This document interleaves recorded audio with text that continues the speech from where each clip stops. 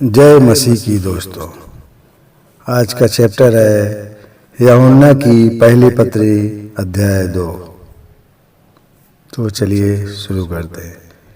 हे मेरे बालकों, मैं ये बातें तुम्हें इसलिए लिखता हूँ कि तुम पाप ना करो, और यदि कोई पाप करे तो पिता के पास हमारा एक सहायक है, अर्थात धार्मिक यीशु मसीह, और वही हमारे पापों को प्रायश्चित है, और केवल हमारे ही नहीं वरन सारे जगत के पापों का भी। यदि हम उनकी आज्ञाओं को मानेंगे तो इससे हम जान लेंगे कि हम उसे जान गए हैं। जो कोई यह कहता है कि मैं उसे जान गया हूँ और उनकी आज्ञाओं को नहीं मानता, वह झूठा है और सत्य नहीं है। पर जो कोई उनके वचन पर चले, उसमें सचमुच परमेश्वर का प्रेम सिद्ध हुआ है। हमें इसी से मालूम होता है कि हम उसमें हैं। सो कोई यह कहता है कि मैं उसमें बना रहता हूँ, उसे चाहिए कि आप भी वैसा ही चले जैसा वह चलता था। हे प्रियो, मैं तुम्हें कोई नई आज्ञा नहीं लिखता, पर वह पुरानी आज्ञा जो प्रारंभ से तुम्हें मिली है, वह पुरानी आज्ञा वह वचन है जिसे तुम ना सुना है। फिर मैं तुम्हें नई आज्ञा लिखता हूँ, और यह तो उसमें और तुम में सच्ची ठहरती है, क्योंकि अंधकार मिटता जाता है और सत्य की ज्योत अभी चमकने लगी है। जो कोई यह कहता है कि मैं ज्योति हूँ और अपने भाई से बैर रखता है, वह अब तक अंधकार में ही है। जो कोई अपने भाई से प्रेम रखता है, वह ज्योत में रहता है और ठोकर नहीं खा सकता। पर जो कोई अपने भाई से बैर रखता है, वह अंधकार में है और अंधकार में चलता है और नहीं जानता कि कहाँ जाता है, क्योंकि अंधकार ने उसकी आंखें अंधी कर दी है। हे बालकों, मैं तुम्हें इसलिए लिखता हूँ कि उसके नाम से तुम्हारे पाप क्षमा हुए। हे पितरों, मैं तुम्हें इसलिए लिखता हूँ कि जो आदि से है तुम उसे जानते हो। हे जवानों, मैं तुम्हें इसलिए लिखता हूँ कि तुमने उस दुष्ट पर जय पाई है। हे लड़कों, मैंने तुम्हें इसलिए लिखा है कि तुम पिता को जान गए हो। हे पितरों, मैंने तुम्हें इसलिए लिखा है कि जो आदि से है सो उसे जान गए हो। हे जवानों, मैं तुम्हें इसलिए लिखता हूँ कि तुम बलवंत हो और परमेश्वर का वचन तुम में बना रहता है, और तुमने उस दुष्ट पर जय पाई है।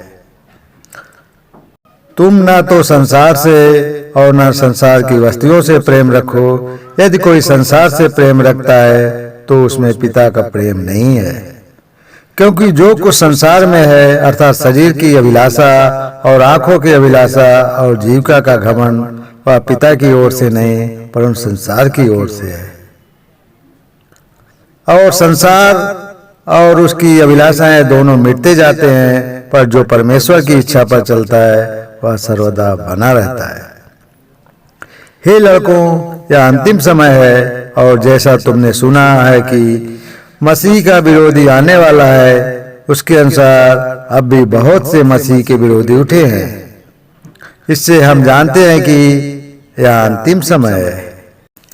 वे निकले तो हम ही में से हैं, पर हम में के नहीं, क्योंकि यदि हम में के होते तो हमारे साथ रहते, पर निकल इसलिए गए कि यह प्रकट हो जाए कि वे सब हम में के नहीं हैं।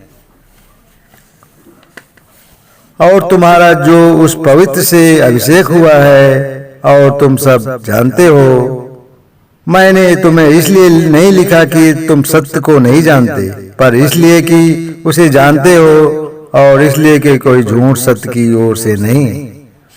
झूठा कौन है? केवल वह जो यीशु मसीह के होने का इनकार करता है। पर मसीह का विरोधी वही है जो पिता और पुत्र का इनकार करता है।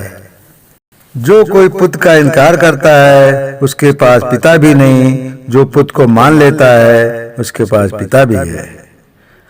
जो कुछ तुमने आरंभ से सुना है, वही तुम में बना रहे। जो तुमने आरंभ से सुना है, यदि वह तुम में बना रहे तो तुम भी पुत्र में और पिता में बने रहोगे। और जिसकी उसने हमसे प्रतिज्ञा की वह अनंत जीवन है। मैंने ये बातें तुम्हें उनके विषय में लिखी है जो तुम्हें भरमाते हैं, और तुम्हारा वह अभिषेक जो उसकी ओर से किया गया तुम में बना रहता है, और तुम्हें इसका प्रयोजन नहीं कि कोई तुम्हें सिखाए, वरन जैसे वह अभिषेक जो उसकी ओर से किया गया तुम्हें सब बातें सिखाता है, और यह सच्चा है और झूठा नहीं, और जैसा उसने तुम्हें सिखाया है वैसे तुम उसमें बने रहो। निदान हे बालकों उसमें बने रहो कि जब वह प्रकट हो तो हम या हों और हम उसके आने पर उसके सामने लज्जित ना हों।